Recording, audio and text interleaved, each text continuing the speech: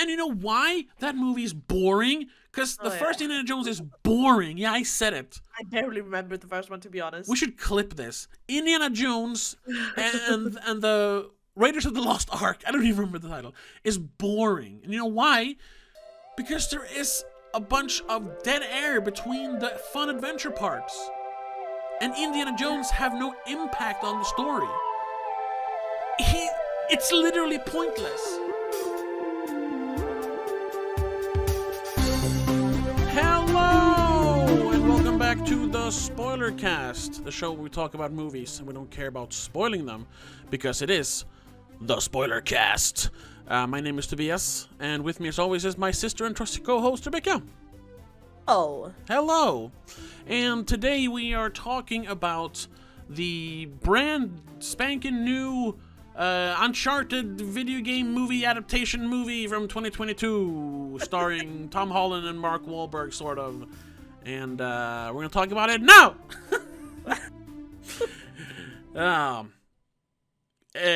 Great intro.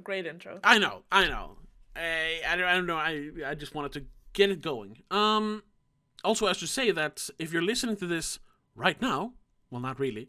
We're recording this on the Wednesday night when the movie came out. We just came home about an hour. Or we came home. The movie ended about an hour ago. We're recording this now, and we're releasing it, of course, as always, on Saturdays. The new day is Saturday. But if you are... Yes, for free on all major platforms. But if you subscribe to us on patreon.com/don'tmakeascene, you're listening to this on Wednesday night.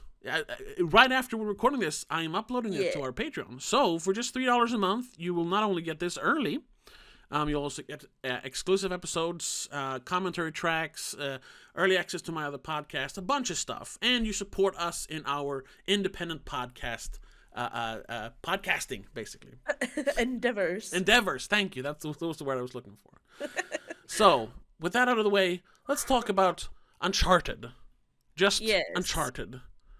Which that was I was going to say a bold choice, but it's not really bold. But it's an interesting choice since all the games have a subtitle, even the first one.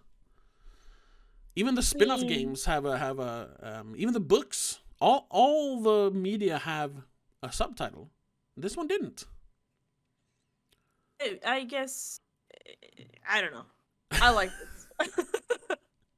You like that they didn't have a... Yes. Because even though they're obviously baiting for sequels, this doesn't, like, officially open up for there will be a sequel because they're just calling it Uncharted. If they'd called it something else, you'd be like, okay, so next one's gonna be called Uncharted, blah, blah, blah. Well, usually subtitles means that it's part of, like, a trilogy or a series. Yeah. This still is completely, it's made for sequels. Like, yes, definitely. Even though this, in a vacuum, this has a beginning, middle, and end, it is... like 100% set up for sequels. That's the first thing we will spoil. Not only because there's the fucking mid-credit sequence, no post-credit sequence, but there is a mid-credit sequence. Because Marvel has ruined everything in terms of like sequel making and franchising. So you have to hint that there's going to be another one, even though this might bomb. And they're never going to make another one. So then you're just going to have that tease about the next one. It's never going to happen.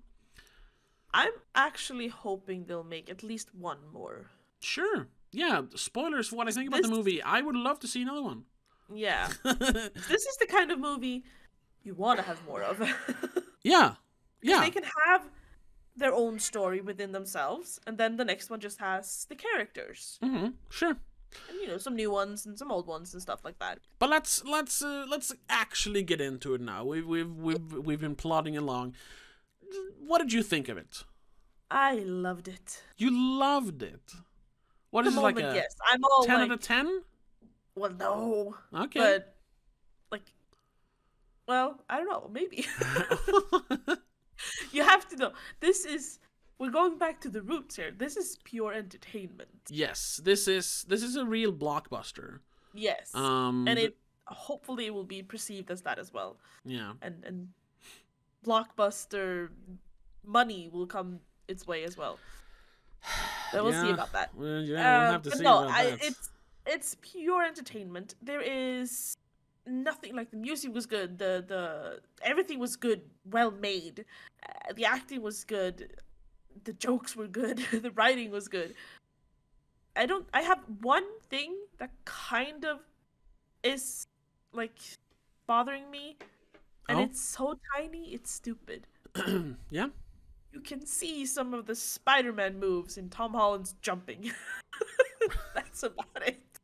Well, I don't know. I didn't. It felt more Spider-Man than Nathan Drake sometimes when he was jumping around. Yeah, there was a lot of. He had a lot of parkour moves with Nathan Drake, which Nathan Drake doesn't. He's not the most like nimble of video game characters. Even though he jumps around a lot, he's not like super slick when he does it. Grabbing the ledge and like slamming into the wall and but he didn't do much of that. He had like a couple. Sure, yeah. So some of them were too smooth, and it was like, okay, yeah, we know you played Spider-Man. Just don't show that in this one. And I'll say as well, I did like it. I liked it. I wouldn't say I liked it a lot, but I liked it more than just a little. I liked it.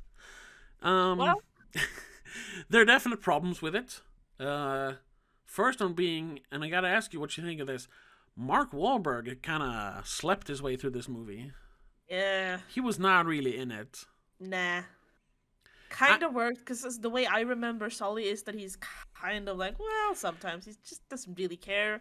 Yeah, that's part of it, but there was a lack of engagement. Yeah, definitely. But I wanted to discuss this as a movie, not as like tied to the video games. I mean, there's always going to be, you're always going to reference the video games, and obviously they do, but at the same time, it has to work for new audiences.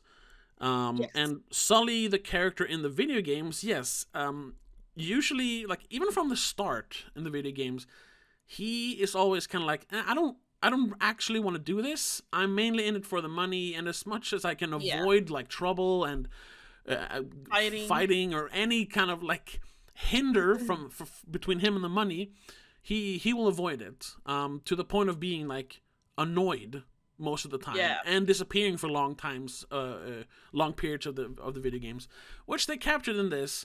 But I don't think it was deliberate from Mark Wahlberg. I just think he was uninterested. Yes. Which is strange, since he's been attached to the movie. I guess in the beginning it was mostly rumors, but he's been in talks of being in the movie, since the very beginning. Yeah. And it's so long now ago that he was supposed to play Nate. Because it's probably more than 10 years ago they started talking about, because pretty quickly after the first game they started talking like this could be a movie because it's so cinematic. And at that point he was in his like late 30s, early 40s, which would work for like mid-career Nathan Drake. So that would have been fine, but then they kept stalling, and now he plays Sully instead. It's just kind of funny.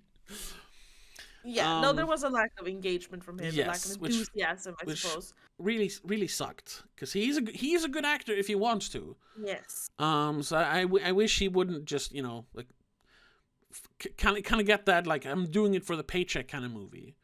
Yeah. Because overall I don't think the movie is like unambitious. Like I saw some reviews saying like this is a new low for Sony Pictures. I was like, what are you talking about? They made Ghostbusters 2016. They made fucking Ghostbusters Afterlife. Ugh. Yeah. They've made much worse movies. There's so much ambition in this. Like they've first of all, it's not just taking place in random caves. They have actual like big sets and like they spent money on that. I thought it was strange also to see people saying like it felt cheap. Like, yeah, sure, it doesn't have $250-300 million to spend. It's quote unquote only $120 million budget. Only. I think it's sad when like legitimate critics thinks that like that's a low budget for an adventure movie. Like that just means that they have to be more creative, and I think they did the best they could with the material. Like I mean, like again, an adventure movie could have just been random caves, random cityscapes that they just shoot on the street, and One Island, or Out on the Sea. Yeah. But this one, they had a freaking freight plane. They had, one cave actually. Yeah, one cave, one crypt or tomb or whatever you Yeah, call it. But I mean, church and everything. There's you were more in than the just a few spots. yeah. I didn't think it looked cheap. Oh, Some of the CGI yeah. or some of the not.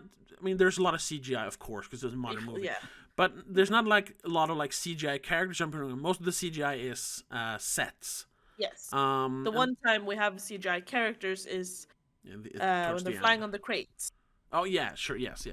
And you could see at one point there, Nathan Drake looked very rubbery. Yes, very rubbery. And there's a couple of shots towards the end, in the big set piece in the end that was and that was obviously all CGI at points. Oh yeah. We'll get to that. But other than that, there were a couple of scenes where it just felt like it felt a little cheap, like him from the trailers when he's swinging in the hanging lamps in the auction house in the beginning, like him swinging back and forth. Like they had to obviously like put him on a green screen and just like say whoa as they shake the camera, and they could have avoided that by just making that stunt a little smaller. I mean, Jackie Chan did that stunt for real 30 years, no, almost 40 years ago now. So if they just didn't go over the top of that stunt, they could have done it for real. But instead, they chose to CGI Tom Holland in there, which is it's forgivable because it's like compared to a lot of other blockbusters, it was still pretty small, and they actually did parts of it for real, which was nice. But that's the only problem I had with it looking cheap. Other than that, I liked all the locations, a lot of real locations, not just CGI locations. I mean, they're in a, and even some of the stuff like that's obviously thrown in there just to make it, it's just there for production, like upping the production quality. Like they go to this super nice like 5-star beach resort hotel. That was like a James Bond move. Like, let's just slow down the movie and show off this really cool hotel we have in the movie. Yeah. And I mean, you have they run around Barcelona. They should show off some nice scenery, and that's what you want from an adventure movie. You want locations, you want real scenery. They're inside a church. They're inside the big bad guy lair, if you want to call it that. The headquarters. The something institute or whatever. It was a cool set. They didn't do anything with it, but it was there. No. And then crawling over the catacombs underneath the church. Like cheap is not what I would call it. Did it look like the most expensive movie ever? No, but that's because movie budgets have become so inflated, so ridiculously inflated, that a $120 million movie now is called cheap. And that's not a good thing. And I mean, they're comparing it, obviously, to Marvel. Yes. Where you can get away with having everything be CGI. Yeah, because compared to this, you can't get away with it. All the money, way. Yeah, and they have everyone's in costumes that can be a bit shiny and weird because, they're costumes. They're not actual clothes. They're not cargo pants. Yeah. So you can get away with much more. Yeah. In a superhero movie. This is supposed to look more realistic. Yeah. And it does, for the most part. There's, like you said, there's a few things that look a bit odd, but, I mean, you can't do everything. No, as far as I understand, Tom Holland did a bunch of his own stunts. Not all of them, obviously. But a bunch of the easier ones. Sure, yeah. So, I mean, they also have to be careful about the actors. Yeah, especially since, at least from what I heard from you, he's, like, looking to not, like, I guess, semi-retire at this point? Or that somewhere that he's, like, he's kind of ready to not do a lot of movies at the moment, but I don't know. And I also just read a trivia that Mark Wahlberg signed on for only one movie. I don't know. I think that you know what? I haven't looked into that in any way, but I'm thinking they're not planning 15 sequels. They're gonna see if this one does well, and if it does, they'll make another one. Like you used to do sequels, like they did with the Alicia Vikander Tomb Raider movie. Yeah. Where they like, okay. We could, but we'll wait. Yeah. Speaking of that, specifically, like, because this is, it wouldn't be fair to say that this is contending with like Marvel movies, because this is not an action movie or a sci-fi movie. It's an adventure movie. Yes. And when The it best comes, kind of movie. yeah, when it comes to adventure movies, has there been any like proper action adventure movie since Tomb Raider? No. No, that's not true. Actually, last year they did release Red Notice on Netflix, but you see, everyone already forgot about that. Movie? Yes, it is. It's a lot of like, it's globe-trotting. You know, they're looking for a treasure, and you know, there's jumping around and driving through There's clues and puzzles and things. That movie was fucking terrible, though. I mean, Jungle Cruise is a bit of an adventure movie too, then. Yeah, okay, I guess I haven't seen that one. But they're not in the same vein of adventure to me. No, the last kind of movie like this, because this is in the same vein as, and now people go, no, but it's in the same vein. It is in the same genre as Indiana Jones. Yes. And Tomb Raider. Like, yeah, Tomb Raider, Romancing the Stone, and we don't get a lot of those movies. No. I mean, even back in the day, we got more of them, but there's not a lot of them. No, there were Indiana Jones, the old Tomb Raider movies. With National Treasure. Like National Treasure. Even that is almost 10 years ago. Or 20 years ago. I can't think of any other that I know of. Yeah. Which is a shame. Yeah, there should be more adventures, you know.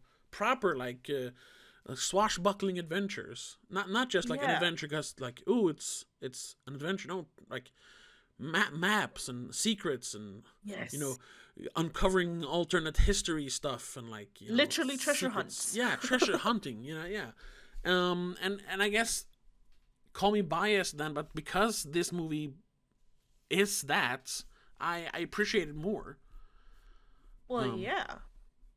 Sure, you can be biased. I prefer these kinds of movies. Also, I'm a little biased since I've been a fan of the games since the very first one. I played through all of them several times, and I remember the first time you turned it on, and I was sitting next to you playing it. And I was like, oh, "This is amazing." Yeah. Have you played the first one recently? I started it and was like, "Ooh, the graphics are not aging well." No, I mean the graphics are fine, but what has aged most poorly is the gameplay. Like, you do nothing but crouch down, shoot, crouch down, shoot. I mean, there's barely any puzzles, and you jump a little. And the story is so bare bones in the first game. That's kind of funny, actually. But I mean, I tried playing on the PS5, so I just got like, no, the graphics were off for me, and I was like, Jesus Christ, this is not how I remember it. Yeah, no. The other games have aged better. The second one still feels like fresh and fun. But anyway. The movie. Yeah, the movie. Like, so I am a fan. So that was what I was going to say with the games. I'm slightly biased, and I'm just admitting to that because we're going to talk about fan service and member berries and, you know, Easter eggs. Yeah.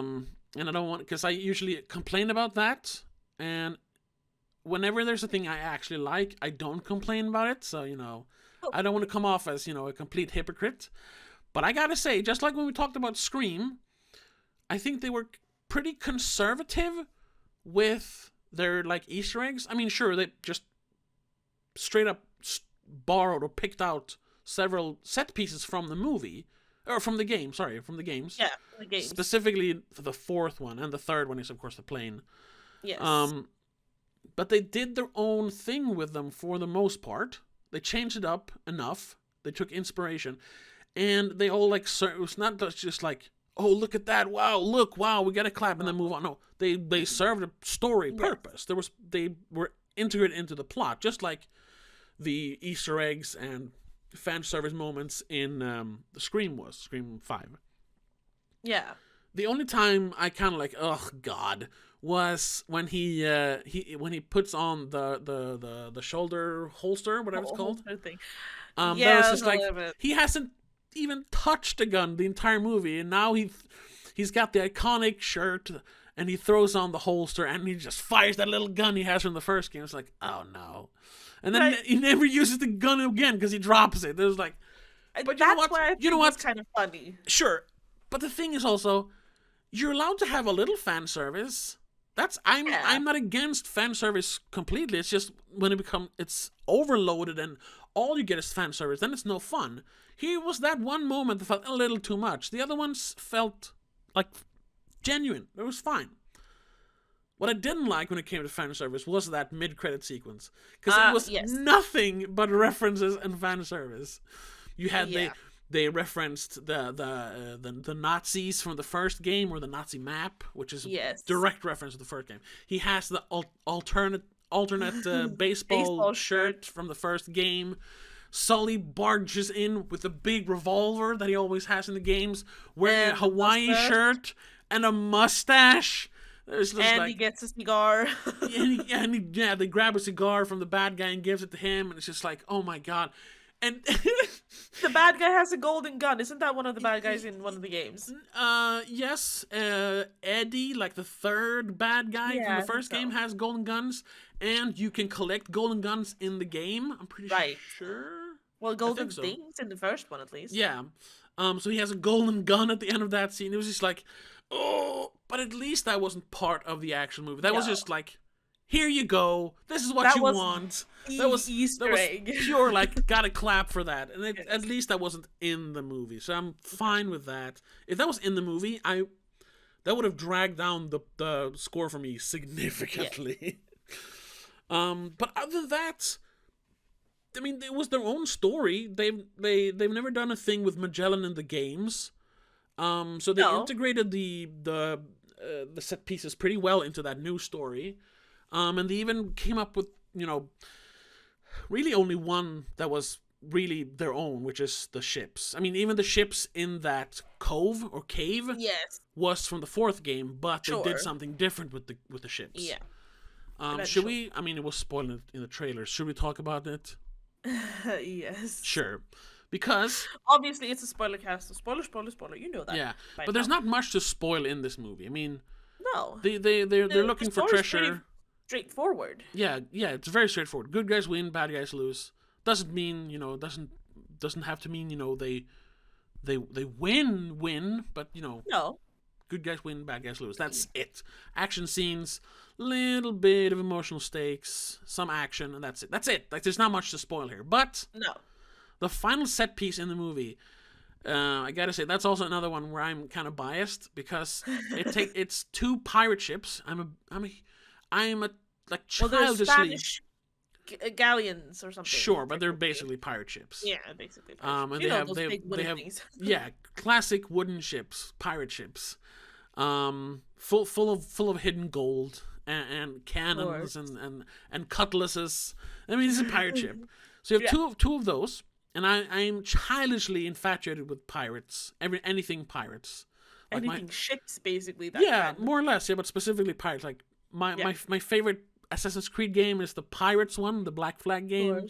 One of my all-time favorite action-adventure movies is Pirates of the Caribbean, The Curse of the Black Pearl. Yes. Oh my god. We should do that franchise at some point. We've said that before. Yeah, we will in the future. We will, eventually. Anyway, so that was just like, yes. So the ships are magnificent. Yes. And then top it all off. To top it off, to say like, yo, you think this is going to be the end of Uncharted 4? Nah. This is our own thing. They airlift the ships out of there. Both of them. Literally turning them into airships, which is my next, like, that's where I just become one of those gross, like, nerds. It's just like, everything that's me. With airships is your thing. You'll buy it, no matter what it is. Yes, I think you bought a book just because it had an airship on the front. Yes, I bought 3 books because one of the parts of the trilogy has to do with, it's called Ships of Air. I was like, okay, I'll buy them. That's where I throw all like my shame, all my trying to be like an objective critic and not try to fall for hype or fanboys. All that goes out the window when it comes to airships. I'm sorry, I can't. It's allowed. You're allowed to have one of those. I would. Least. If someone said, like, we've built an actual airship, it runs on Mistcraft from Final Fantasy IX, one of my favorite games because they have a bunch of airships, and you can come with us on an adventure, but you have to murder your family, I would. I'm sorry, I would. Cool. That's a little much, but I mean, We get it. So when those ships just lifted into the air, and eventually Sully takes control of one of them because he climbs up to the helicopter. They have an airship chase with people swinging between the ships and fighting. Bumping in with the ships into each other. Yeah, flying over each other into mountain. I almost peed my pants. That was so fucking amazing. And obviously, like 99% of it is CGI, but I mean, I don't... Any wide shot, yes. Yeah, but that's fine, because you couldn't do it any other way. No.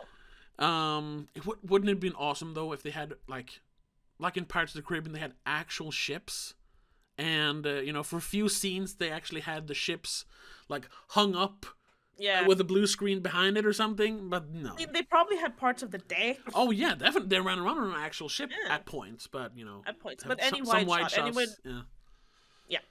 But but since they had to put him in the air, it might have been despite that, though, it was so much fun. Yes. Running, and that's where you get the whole shot with the holster and him pulling out the gun, and it was so much fun. And very, it was very video gamey, because you usually don't see flying ships in movies. No.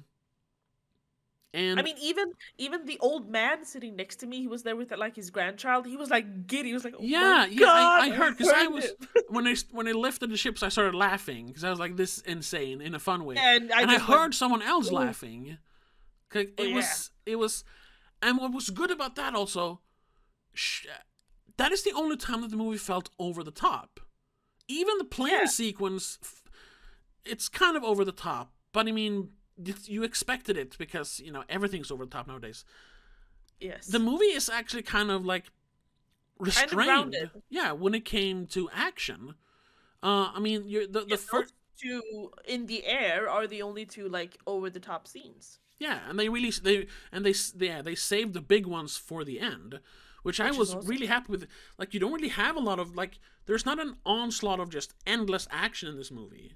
No, they're generously sprinkled in between just finding clues or figuring things out and emotional talking moments. Yeah, we'll get to that, but heroes and the bad guys. Yeah, there's not just action. They don't solve everything by shooting. No. I mean, yeah, they sit down, they solve puzzles, they go through the whole crypt, solving several puzzles, sprinkling a fist fight, but you have to. In the video game, there would have been 10 fist fights, so I'm happy. They would have been bad guys in every corner. Yeah. And you had the whole thing where they sit down and trying to figure out the map and the postcards, and there was actually see them do it and think and puzzle talk. Solving thing. It was nice to see. One shot of them looking at it and then, we solved it. No, we actually got to see him thinking and discussing. Yeah, it was fun. The other thing, though, didn't even feel too long, to be honest. I didn't know how long it was. It was like just almost over 2 hours. No, just under. Just under 1 2 hour hours. 56 with the credits. Yeah. And you know why it could be that short? Because it wasn't endless action. This wasn't. I mean, this could have been 2.5 hours if they squeezed in 10 more action scenes, but there's no reason for it. No, there was. It was perfectly paced. It was perfectly like the amount of sceneries and sets. Yeah. You didn't need to make anything extra. You didn't need to cut anything either. I don't feel like anything could have been cut. Like, it was just unnecessary. I would say there's one scene that I felt was unnecessary, and it was just in there to throw in some more action. And that is when they first arrive in Barcelona, they meet up with Chloe Frazer, character from the games. And she steals the golden cross that they have. That's their key. Okay. And there's like a 5-minute foot chase to capture her. Like all that really was extend the scene where they talk about, I don't trust you. I don't trust you. Well, we need to trust each other to finish this, so let's work together. But they needed to throw in an action scene in the middle of that for no reason. Like I said, there was just one time, and it wasn't 10 minutes long, so it's fine. But that you could have cut that, and it wouldn't have changed anything. Nah, I suppose, because they did end up right where they started. More or less, yeah, exactly. But it was, yeah, no, it wasn't completely unnecessary though. I mean, it did like give them a reason to understand that they could use each other because they all showed off their strengths, or more or less. Yeah, I I guess. mean, Yeah, Nate got to prove that he wasn't just a random puppy.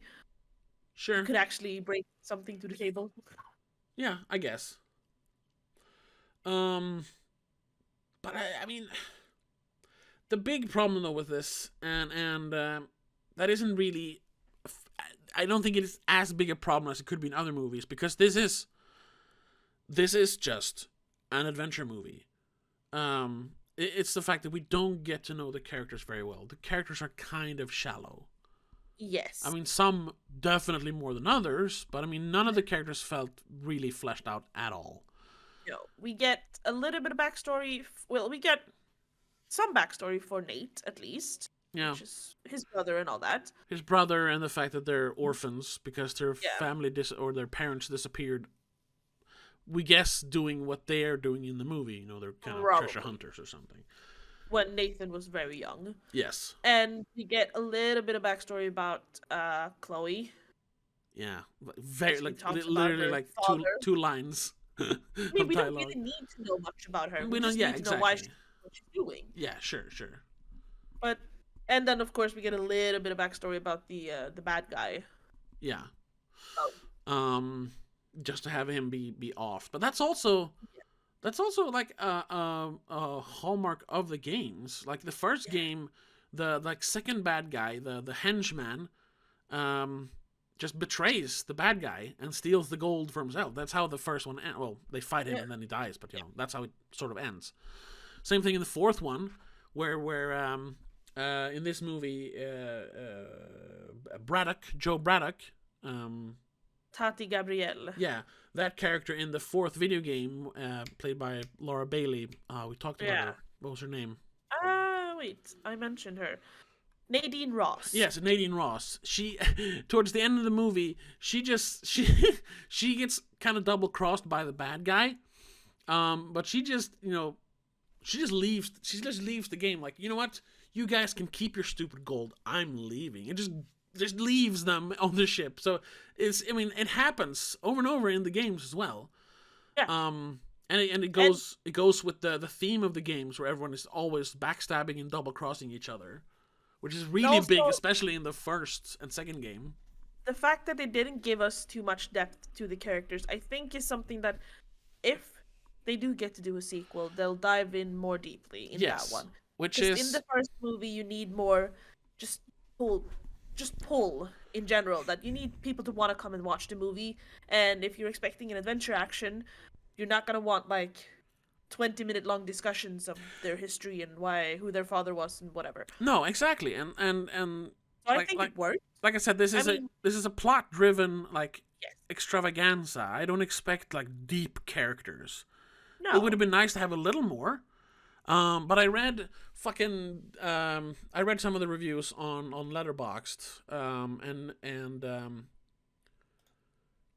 some people are just savage. They really didn't like the movie, which I don't understand. The Metascore is 47. The Metascore is 47. Yeah, I know. But let me just, cause I don't know. Here, David Ehrlich, he gave it 1.5 stars. That means 3 out of 10. That's cheap.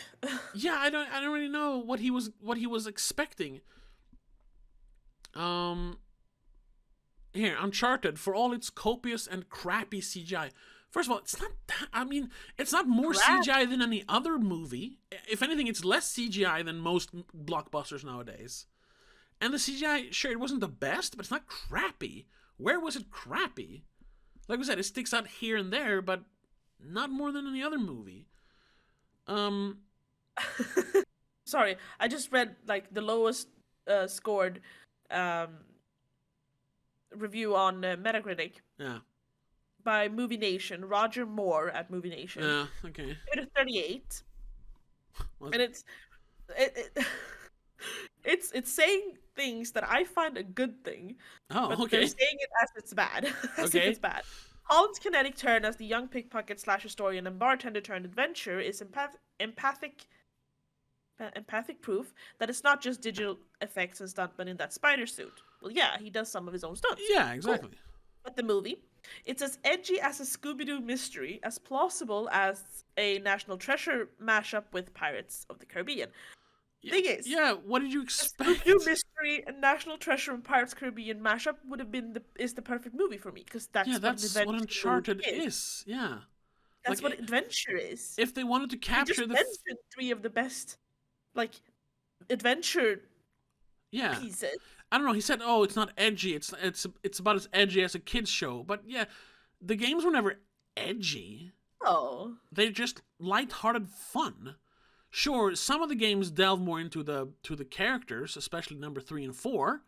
Yeah. But we also have to remember those games, especially those two, are between. I think the third one takes about like 12 hours to finish, and the fourth one is really. I think it's like 20 hours to finish. There is so much more room to talk about characters, because you can do. A video game is supposed to be longer than here. You have 2 hours, and you have to fit in enough action to make it feel fun and adventurous. You also have to have a plot revolving treasure hunting and puzzle solving, and also fit in some character stuff. And without the movie becoming 4 hours long, you're gonna have to diminish one of those things, and of course you're gonna diminish some of the character work, because it's not a character driven movie. It's supposed to be fun, lighthearted adventure.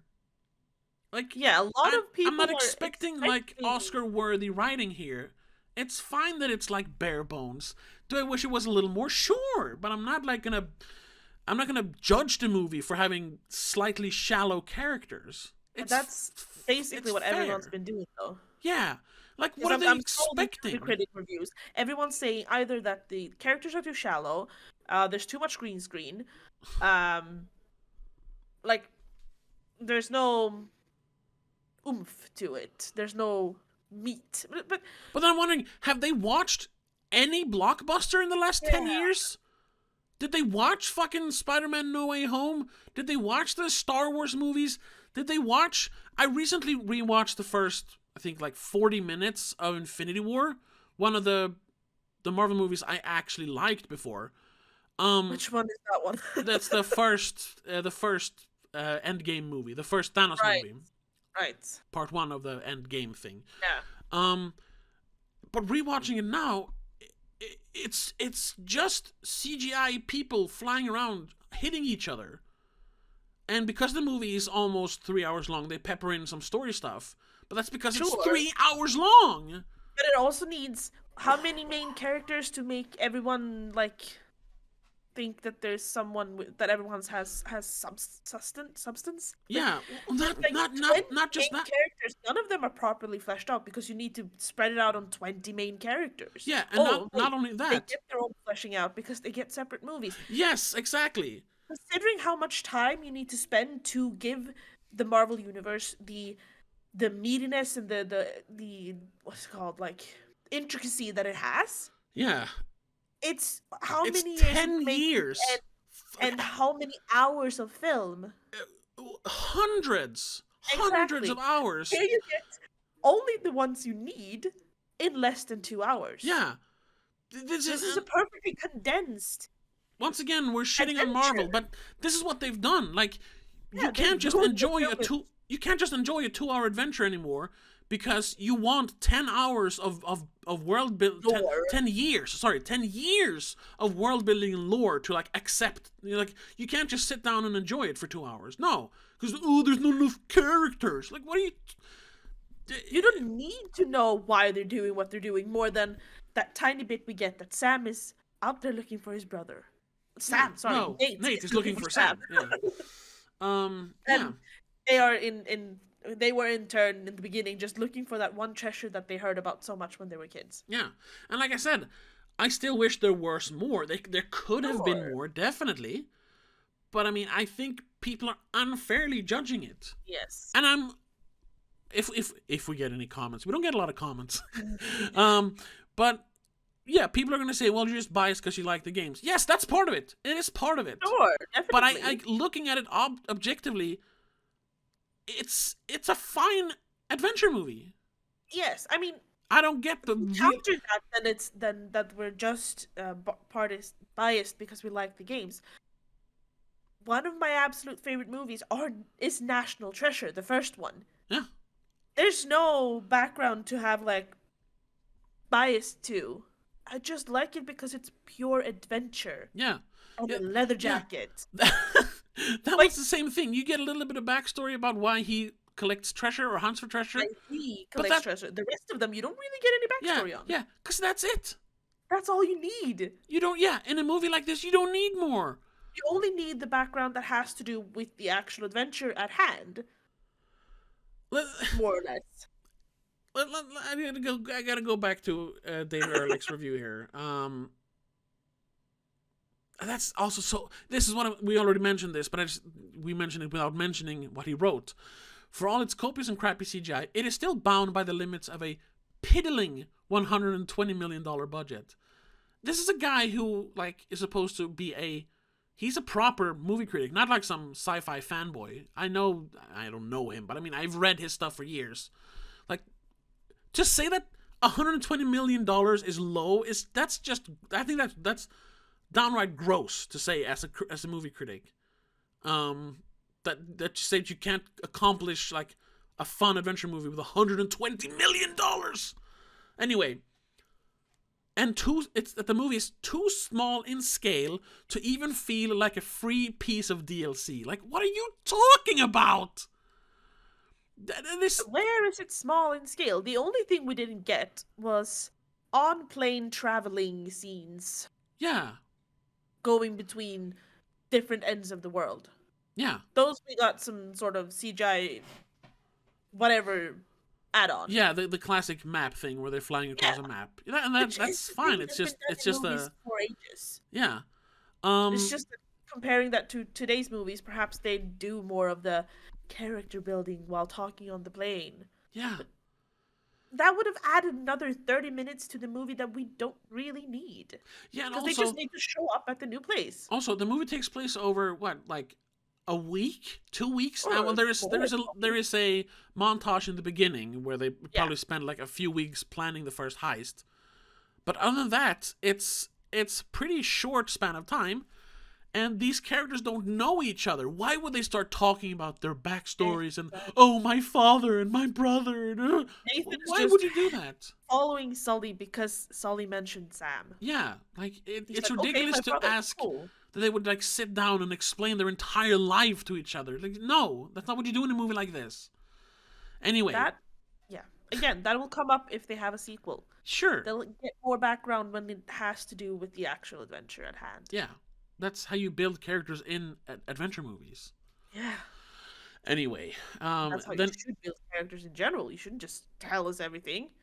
Give it a reason.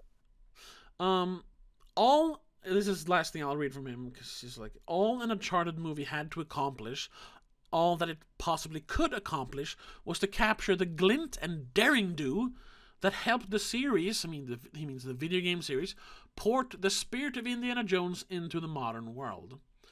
And while it's true that the best moments of Ruben Fleischer's thoroughly mediocre, within parentheses, if not unpleasant, so it's not unpleasant, adaptation managed to achieve that goal for 3 or 4 entire seconds at a time. So he means that there is, the extended sequence where 2 flying pirate ships crash into each other while people jump between them and fight doesn't have any of the, fun adventure stuff. Are you insane? What movie did you watch? What are you What was he expecting? He obviously seems to like the games, and they this is the game. Yeah, I don't want to say, it's literally, but they literally took stuff from the games and just put it in the movie, so it's the same, and they did some of their own stuff. That was same vein. On the same vein as the games, yeah. This is becoming very much us just complaining about people hating. Yeah, but I was so annoyed at that specific review. I'm sorry. Yeah. No, but in general, I am confused that people are disliking it as much. Obviously they're comparing to things that are not adventure movies because we don't have enough adventure movies in Yeah. general. And But then the movie also, in itself it's good. yeah, Like you can't say that it's not. he Everyone can enjoy this. he goes on to say, this generic multiplex adventure. First of all, like we said, there's barely been any treasure hunt movies in the last 10 How years, is except for it Tomb Raider. generic? How is it generic? It's like through sheer like starvation of the genre, it's pretty unique because there isn't any other adventure movies. Anyway, this generic multiplex adventures falls so short of its source material because it fails in the areas where history says it should have been able to exceed it. He means that where the movies have traditionally had the upper hand over video games, character, personality, humor, humanity, the films that the things that the films get for free and video games have to create through witchcraft, the same things that someone up the ladder decided to leave behind when they took a solid gold brand like Uncharted and turned it into IMAX-sized chunk of cubic zirconia. So he means that, yeah, they should have. So this is the thing. He wanted less like spectacle and more character stuff. But then it's a drama. In an adventure movie? Then No. you're changing the genre. Then Exactly. You're not You don't doing want adventure anymore. You don't want drama. You don't want people sitting down talking. You want swashbuckling, flying, driving. All the background story we have on Indiana Jones in the first movie. Yeah, I was thinking of that as well, because I'm You don't have a lot, right? infamously not a fan of the first Indiana Jones movie. We know that he's an archaeologist and a teacher, right? Yes, we know that he is slightly obsessive. Sure. Because he risks his life just to go find an artifact. Yeah, but that's adventure though, so that's not. Not him telling us about his character. That's something we realize as we're watching the movie. Yeah, we know he met Marion 10 years ago and just hit it and quit it. Sure. Which is also kind of weird because judging from the character's age, she was underage, so. Indiana Jones pedophile? I don't know. Whatever. That's beside the point. Doesn't matter. And he knows a lot about history. Well, that's yeah, because he's a history teacher. Yeah, that's why he is a history teacher because we don't know anything about him. Exactly, we don't get any background. What are you? We don't need it. Yeah. All we know is he's into this adventure. He wants to find this one artifact. And off he goes. Yeah, and you know why that movie is boring? Because the first Indiana Jones is boring. Yeah, I said it. I barely remember the first one, to be honest. We should clip this. Indiana Jones and the Raiders of the Lost Ark, I don't even remember the title, is boring. And you know why? Because there is a bunch of dead air between the fun adventure parts. And Indiana Jones have no impact on the story. It's literally pointless. That's it. So what's the difference? What's the difference between that's my point here. What's the difference in character really between Uncharted and Indiana Jones? You don't get more character development in Indiana Jones. Yet that movie series has at least 4 movies, right? It has 4 movies. That's it. It has 4, yeah, but there's the young Indiana Jones stuff, but that's because when you search Indiana Jones, you get but Untitled Indiana Jones Project number 5. Yeah, but obviously that's not out yet, so there's only 4. And I'm thinking they're never gonna finish that one, hopefully. So, yeah. And I mean, but again, a lot of the character building moments come in the later movies. Yes, because that's how you do especially the third one. Yeah. Because the third one harkens back to his childhood, and his father is in that one. We get more character stuff in that one. That's why the third one is the best one. Ooh, yes. Fucking fight me on that one as well. So I don't understand what people are saying about Uncharted. This is exactly what adventure is. This is what I expected. Yeah. Expected this. To be honest, I went into this being fucking scared that I was gonna be so disappointed. I was a little worried too because this movie since the game. Yeah. Honestly, and now as soon as we got the trailer, I mean, I literally screamed out loud. Yeah. when pressing play, because I have never been this excited in my entire life. Yeah. And I am not disappointed. Not at all. I was in the movie gesturing because I was so excited about things. I almost jumped up out of my seat when things happened because they were so awesome and cool and just what I wanted. Yeah. It was everything I imagined and almost more. Yeah. Yeah. Well. And they even threw in some extra, like, trying to draw in new crowds by having Tom Holland, first of all. Yeah. And hinting at him being extra buff and shirtless scenes and Yeah, we got a training montage. Very good, very good. I mean, they're just fishing with those scenes. Sure. And I'm hoping that works because yeah, they're enough to bring audience, hopefully, and then the audience will love the rest of the movie. Briefly though, we talked about this before the movie started. I think we started talking about it during the Batman trailer, like, cause you think the movie should have been called The Bat and the Cat, cause yeah, it's a clever title, and I just said like they would never do that because even though people know it's a Batman movie, the general audience, sorry people listening to this, I'm sorry, this is who I am. General audience are so dumb that even if they know it's a Batman movie, they won't go and see it unless it says Batman on the title card. They won't. I know. It's just a shame. I mean, that's why the first Dark Knight movie is called Batman Begins. They were still trying to follow the same formula from the old movies, Returns, Forever, and Robin. Yeah. It was only after that when Christopher Nolan had enough, like, he had enough power to say, no, this is called The Dark Knight. It's not a fucking Batman movie. Batman is just a symbol. This is a movie about Bruce Wayne. Yeah. That's why it's called The Dark Knight. And no movie after that has dared to call it anything else. The closest is The Man of Steel. But that's still, the subtitle for Superman, The Man of Steel. So yes. And then Batman vs. Superman. Like, I mean, they don't dare to sell movies any other way. Like, imagine if the next Doctor Strange movie, instead of selling it as Doctor Strange and the multiverse of madness, imagine just calling it like the Multiverse of Madness. That would be a stupid title. It actually works pretty good, Doctor Strange in. But I mean, like, calling it something else, not just calling it main character for title, calling it something else. Like, this is called Uncharted. It's nothing to do with the characters. It's just they travel uncharted waters, to uncharted islands. Yeah, and that's the whole deal with the games in this movie.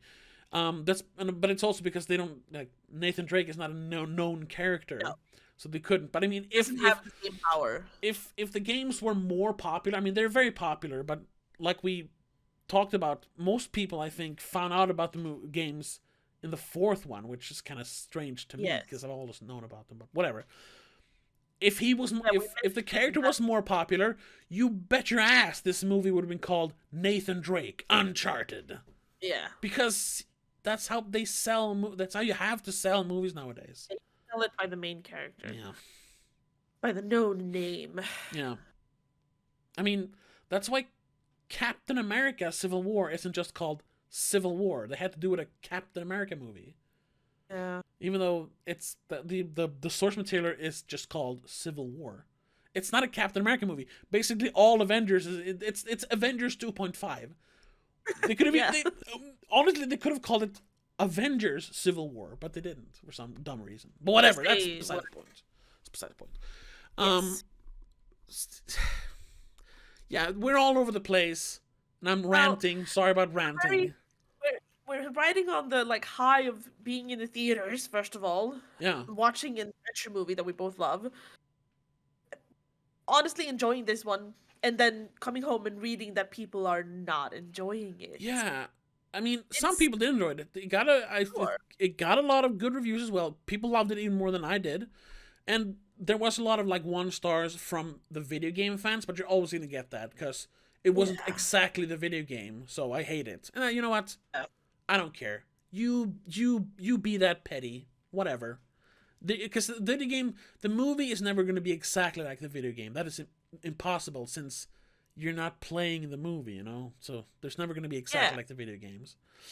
Um, I'm user reviews, my favorites. yeah. Someone gave it a 7 out of 10, and the first sentence is a perfect, like, summary. Uncharted is by no means a smart film. No. It's not very smart, but it's still a really fun movie that's fast-paced and consistently exciting while also being somewhat faithful to its source material. Yeah. Yes. That's What more do you expect? Exactly. That's exactly what we expected. Or at least what I expected. What I expected too. Yeah. You can't go in expecting anything else. No. To be honest, and if you did, then you're dumb. Yes, I mean, yes. Honestly, you are like.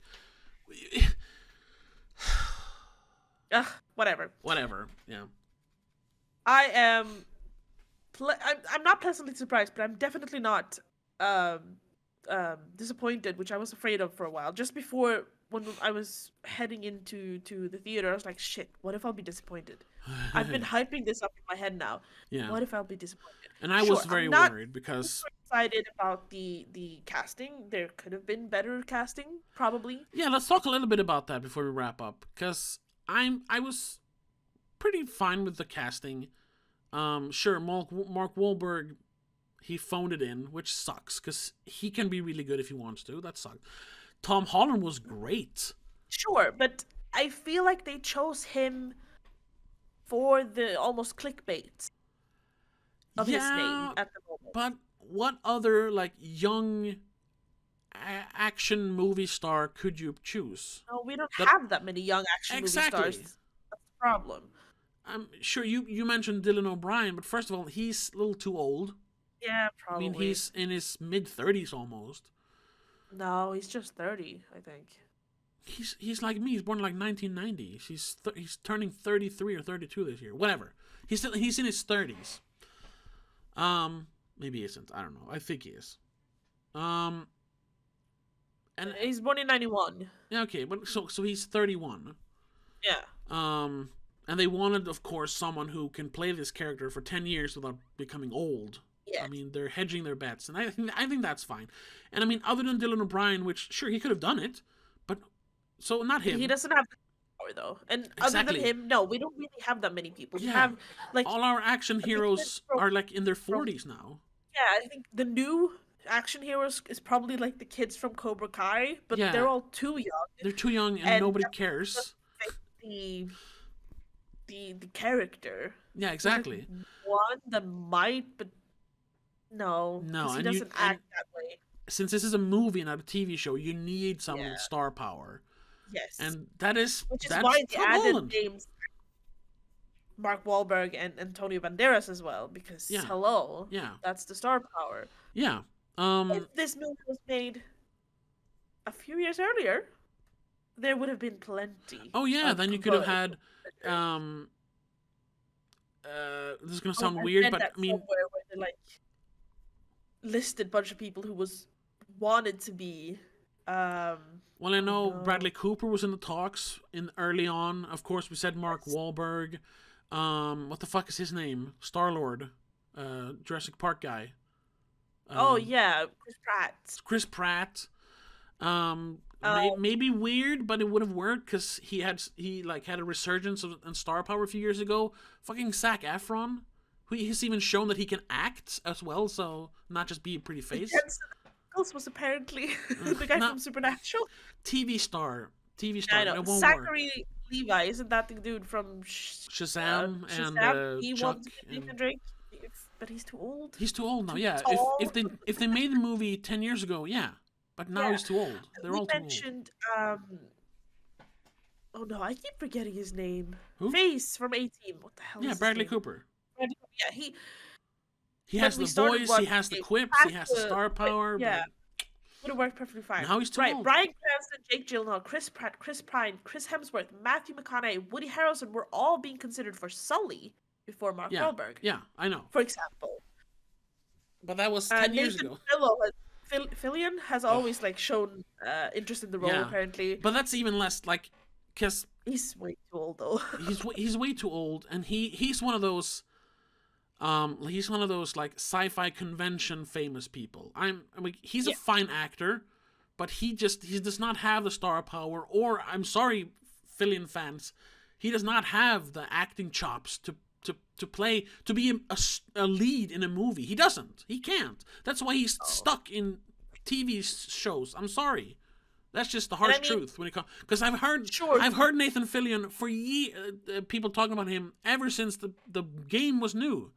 Like, he would have been perfect. Kind of similar looks and mannerisms at certain points. His character in Firefly and the Serenity movie, it's basically Nathan Drake in space.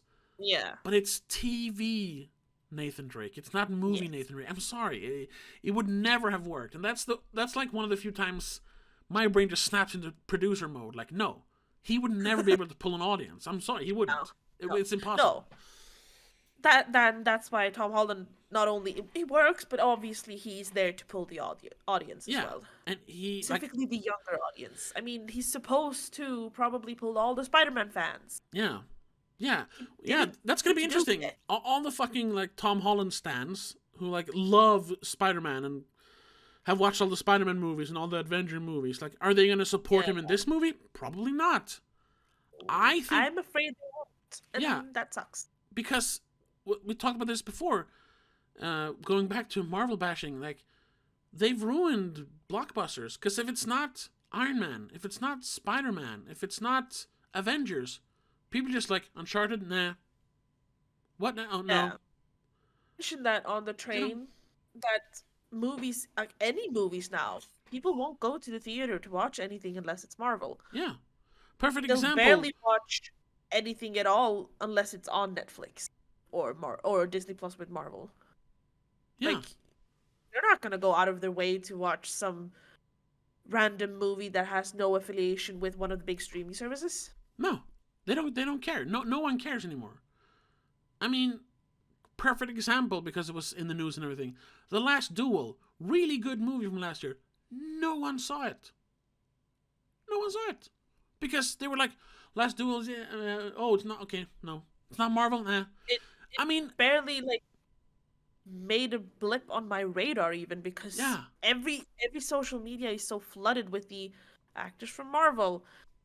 Yeah. Or in my, like, where I am, Euphoria is the only thing that comes up for some reason. Yeah. Like, my little corner of the internet. Even though it's owned by Disney, Star Wars struggled in the end.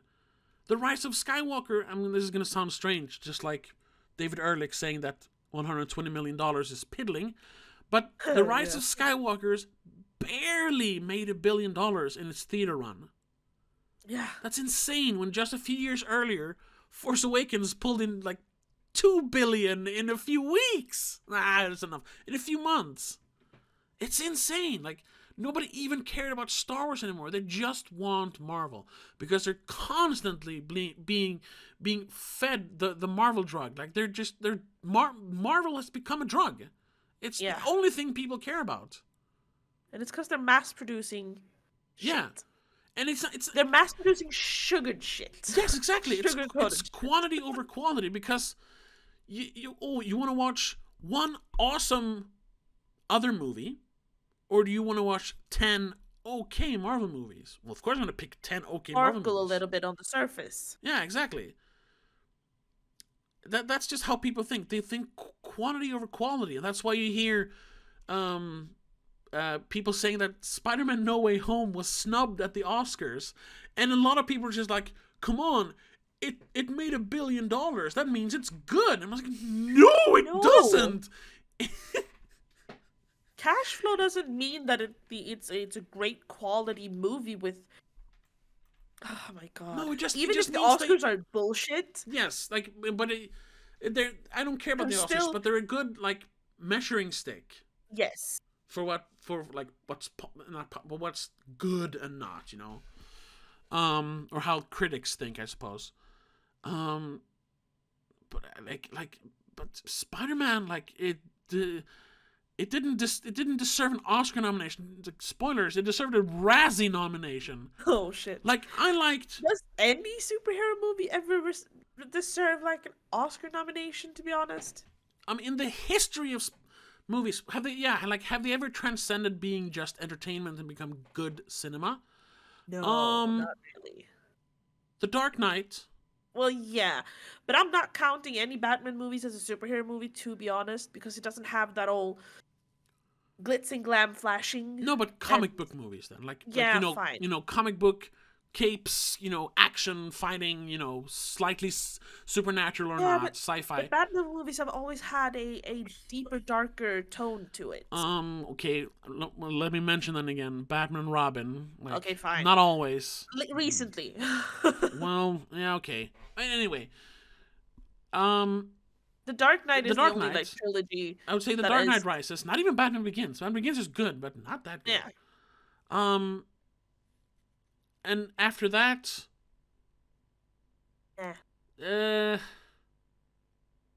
technically Joker. I think that deserved its nominations and its win. Sure, yes. But that's because it's a character-driven portrait. It's not a crazy action movie. And then, of course, I was ridiculously in love with the Snyder Cut. But that's because it had all the action plus all the character stuff, because it was 4 hours long. Anyway, that's an anomaly. It doesn't count. No. And then, no other, not even the Spider-Man, the Sam Raimi Spider-Man movies, which I love, are good enough to be award-winning of any kind. Yeah, no, not really. Maybe the second one, because it spends a lot of time character building and character developing, but not really. Sure. But no, because they all get I don't want to call it childish, but they do get a kind of childish tone because it's comic books. Yeah, it's not serious. Yeah, it's also, that's what it should be. I don't see why you don't always have to elevate everything to super serious, like this is real. No. The Spider-Man movies are good because they are campy, and Sam Raimi understood that, yes. the campy nature of Spider-Man. He injected some seriousness into it because that helps to elevate it, but... Exactly, you need to put some depth into it. You can't just have surface level things. But that's not what it is. We're way off topic now, but I'm just saying, and Spider-Man No Way Home, even, I liked Homecoming. I thought that was a genuinely, good action movie, adventure movie, because it was more focused on character, even though they switched out Uncle Ben for Tony Stark, which I hated. Yeah. I never saw the other one, because I didn't care. But the third one, I was like, I don't want to watch this out of principle, but I do want to watch it because I liked the first one, so I did watch it eventually. And this is a movie, I wanted to like it. Even though it's a Marvel movie, I wanted to like it. And it might be one of the worst Marvel movies I've seen. Oh my lord. It is so terrible. I'm not going to go into why. You can read my review on Letterboxd. I haven't seen it. Yeah, and we don't have time. We've talked too much about Marvel anyway. The discussion about Uncharted was half this episode. But yes, a lot of discussion surrounding Uncharted is why I don't think this will succeed and why I think people don't like it. And it has to do with Marvel. It has to do with Marvel, so I'm sorry. To bring it back to Uncharted, though. Yes. I'm not going to say Uncharted is fantastic and deserves Oscars either. No. Not at all. No. Because it's not that kind of movie. No, this is just entertainment. Exactly. Oscars are not entertainment. No, Oscars are, and this is part of that conversation. People don't seem to understand what they're awarding and honoring. They're awarding genuine the craft of filmmaking. Yes. That's why they usually stick to non-genre movies or dramas, Yeah, because that's where the craft of filmmaking comes, and they have the technical Oscars for movies that uses the technical craft of filmmaking. Yeah, which is why movies I've read some of the. Well, fucking Mad Max won the most Oscars of the 2016 awards, for example. But it was all technical Oscars. But costuming and sounding and stuff like that. Yes, because sure you can show that stuff off in more. Yeah. But screenplay, adventure-like movies, acting, and movie, then ultimately a picture of the year. That goes to movies that show off have more depth. Yeah, depth and craft, emotional craft to it. And that's just how it is. So yeah, I would never expect Uncharted to win any Oscars. Oh man, I loved it. It's 10 out of 10, so it should win Best Movie of the Year. No. I could say this is 10 out of 10, but I would never say it's supposed to win an Oscar No, for because best movie. it's like comparing fucking apples and oranges. Yes, exactly. It is apples and oranges. Like, should it win like This is still MTV a Movie movie. Award of the Year? Yeah, sure. Yeah, sure. No, not this one, but like a movie No. like this would. But I must say, another plus, just to go back to Uncharted and the actual yes, movie. yes, I love that there's no freaking love interest and yeah. like even hinting at it, because they They have this hinted a whole little bit at it. tiny bit. Nathan was kind of a hound dog. Like every girl in the movie, at least like, hey, at first, and then Well, like, okay, no, she wants he's to a kill young- me. She keeps betraying me, and this girl is just a stuck-up bitch. Whatever. He's a young kid. He'll look at a pretty thing and go, "Hey." Yeah, exactly. But And that's his character in the video game. So you know. I love that they didn't have, like, just because him and Chloe had one room at the hotel, Yeah, they would have they- had a love-filled night or something. No. They No, didn't no, even no. sleep They in don't bed have- at the same time. They don't have time for that. They're on No, a 'cause they're on mission. If she's in the next movie, it might be like, oh, hey, you're back. You know, they spend more time together. Yeah. Maybe then, you know. And they'll get to know each other better. Yeah, Then maybe. Maybe. You know. I gotta say though, we should have talked about that when we talked about the actors. If there's one I didn't like, except for Mark Wahlberg, but that was just because he didn't care. Like, but one I didn't like her Oh? as the character, Chloe Frazer, the Sophia Ali. yeah, I don't know. Looks-wise, well casted. Sure, but I mean, Acting, I don't think not looks so is the most sure. important No. when it comes to like portraying a character from a video game or whatever. Like it's more important that you can capture the feeling of the character, yeah. which she did to some extent. But I don't know. There could have been more pizzazz to her. Yeah, it didn't click for me, and but that's just me. Maybe I thought everyone else did a good job. Oh, once again, not Mark Wahlberg. We'll exclude him from any Yeah, mention of exactly. good Like I said- acting, because we've already explained it ourselves with him. Yeah, like Tom Holland was. I think he was great as Nathan Drake. Yeah. A younger, not as like sure about himself, Nathan Drake worked fine. Tati Gabrielle as Braddock was awesome. Yes, she was Um, badass. That's she all was- we needed from her. She was badass, but she wasn't, and that's something that I think they did better than Not the video game. Obnoxious. Yeah, she wasn't obnoxious, and she wasn't unbeatable. No. Like in the video game, all the times you fight her in the fourth game, not her specifically, but the No, the what we other call character, the Nadine. Nadine, you can't win because whenever you get the upper hand in the fights, it just switches over to a cutscene where she Yeah. just beats the shit out of Nate and Sam simultaneously. Because you can't kill a girl. in Exactly, video you games. can't beat up a girl, but you know what? In this movie, Mark Wahlberg fucking pile drives Tati Gabrielle. I thought he was gonna break her neck at one point. Yeah. And you know what? Sure, Equality. you don't hit women, but when she's trying to kill you, you better slap her around a little bit. You're allowed to defend yourself. Yes, exactly. So I was happy.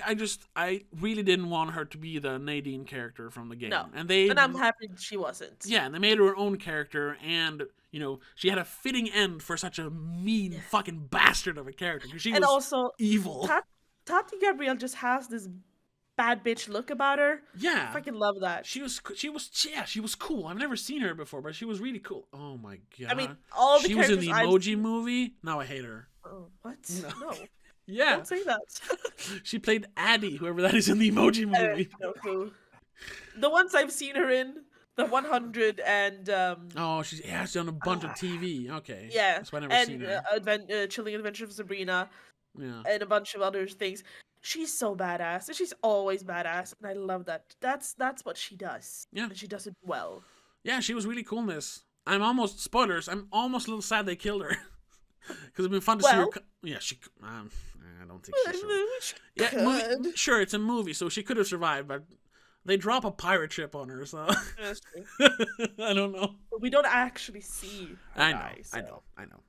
Anyway, Depending on, maybe they'll hear this. Maybe they'll be like, yeah, they liked her. Let's bring her back. yes, these two nobodies liked her, and everyone else hated her. I'm sure they'll bring her back. Yeah. Anyway, that's No, I it. agree. Like, The Chloe Frazer was a bit weak. yeah, But I think everyone I else don't know was if it's was the good. actress or if it's the writing. I'm not sure. Antonio Banderas didn't have too much to do, but No. the ones the few scenes we had him in, he was fine. pretty good as a bad guy. Yeah, and I like that when he started like doing the bad guy speech, which I was like, oh, they're really making him like making all the goons sit down and listen to him like wax poetic about the white. Like, are they really doing that? No, they didn't. It was just a setup so they could kill him. I was like, oh, okay. They literally cut him off. All right. So that I like that. Yeah, that was good. So, yeah. I'll end this by saying I urge you to go watch this specifically in theaters. Don't wait till it comes on to any streaming services. No, because that will diminish the scope and scale of it even more. You just watch it on a big screen in the cinemas. Yeah, bring popcorn, because I sure as hell ate all my popcorn very fast because I was so intrigued by the movie. Yeah. It is. You know that one you're blindly just eating because oh my god, you're so transfixed. Yeah. Perfect. I know. I do the same thing. But it's fun. It's lighthearted. You don't have to spend half a day watching it. Yeah. It's barely 2 hours. To watch. Yeah. Old people, young people. We had kids and old people in the theater. Everyone seemed to enjoy it there. Yeah. And you don't have to watch 48 other movies to understand why Tony Stark is in the Spider-Man movie. Like, there's nothing of that. There's no question marks. No, everything is right there that you need. In a vacuum, this is a fine little like adventure. Yes. With a beginning, middle, and end. And they even in the end, I just realized that now because it's a classic, you know, in adventure stories. Like a cliche is to say, and they ride off into the sunset in the end. Well, they literally ride off into the sunset in this movie, which is great. In a helicopter. In a helicopter, yes. Which is just a plus, because helicopters. yes. Yeah. Oh, did you notice that they actually, because, you know, flying a helicopter is hard, and Sully just jumped into it like nothing else. But they did actually, like, plant that earlier in the movie, that when he was in the army, he was a chopper pilot. They mentioned it. You know. See? They did give him a little bit. Yeah, a little bit. Grasping here. Anyway, so yes, good movie. Yes. Don't expect a masterpiece, but also don't listen to people giving this like 1 out of 10 or 1 out of 5. That's just objectively wrong. Yes. It's fine. Yeah. It's fun. It's lighthearted. It's an adventure. I don't know how else you can sell this. I didn't think we would talk about it for an hour because there's not much to talk about because it's so straightforward, but we talked about a lot of other stuff. Yeah. All right, whatever. Let's wrap this up. Now we're just... Yes. Go watch it. Please go watch it. Yes. I don't think you will be disappointed. Maybe I have already decided that I'm going to go watch it again. Oh yeah. You know what? And that's also because it won't take up an entire day. You can actually just go watch it and still have a bunch of time left. So, yeah. I am definitely bringing my boyfriend to go watch this because he will enjoy it. Yeah. So anyway, thank you for listening to our Marvel rants and Uncharted review. If you wanna support the show and also listen to episodes earlier, get exclusive episodes, get exclusive commentary tracks, check us out on patreon.com/don'tmakeascene. There are links everywhere. And support us in our independent podcasting endeavors for as little as $3 a month, as little as $1 a month. But if you want all the perks, it's $3 a month. So please check that out. Or if you just want to listen to us and follow us on all podcast platforms, just look for us. It's the Spoilercast everywhere. Same thing on social media, at the Spoilercast, at the Spoilercast. Find our social. You'll have links everywhere. Yeah. So thank you so much for listening, and we'll see you in the next episode when we don't actually have a decided movie for next Saturday, so we'll see about that. We'll see about that. Yeah. But we can hint. Yeah. And obviously, in the beginning of March, we'll have... Yeah, we're doing the Batman. And our next Patreon episode is going to be another adventure movie. Oh, yes. The Prince of Persia. Yes. Let's compare and contrast. Among other movies, probably. But that's that. Yeah. Thank you so much for listening and watching, and we'll see you in the next one. But until then, have a good one. Bye-bye. Bye.